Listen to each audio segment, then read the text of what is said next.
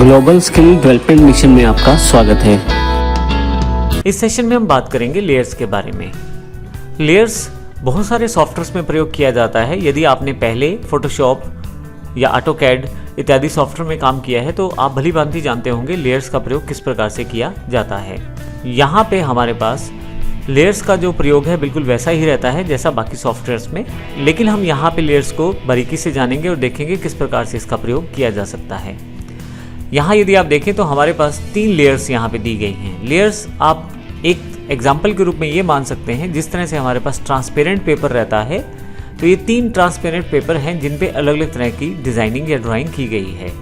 पहले transparent paper पे एक घर की शेप है, दूसरे ट्रांसपेरेंट पेपर पे ग्रास अर्थात घास की फ़ोटो है, तीसरे ट्रांसपेरेंट पेपर पे कुछ कलर फिल किया गया है।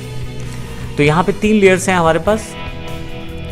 यदि मैं इन तीनों को इकट्ठा कर दूँ तो आप देखेंगे कि तीनों एक पर्टिकुलर इमेज को डिफाइन करते हैं, यानी कि एक घर जैसी इमेज मेरे पास अवेलेबल हो जाती है।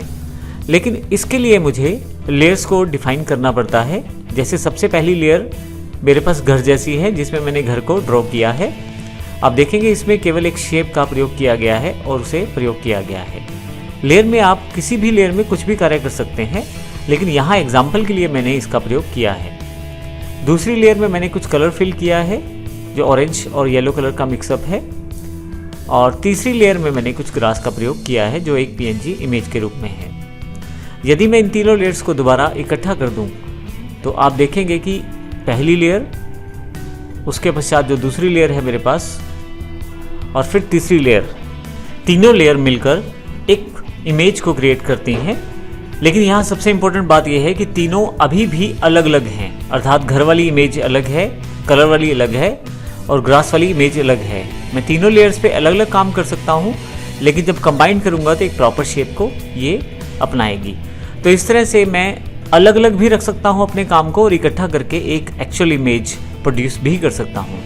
तो इस तरह से लेयर बड़ी इंपॉर्टेंट हो जाती हैं, और लेयर्स का प्रयोग लगभग सभी सॉफ्टवेयर्स में आजकल किया जाता है जो डिज़ाइनिंग से रिलेटेड रहते हैं, जैसे फोटोशॉप, ऑटोकैड इत्यादि में भी। तो कोरलड्रा में भी इसकी अपनी महत्ता है और हम देखेंगे प्रैक्टिकल रूप में किस प्रकार से हम लेयर्स का प्रयोग कर सकते हैं। धन्यवाद।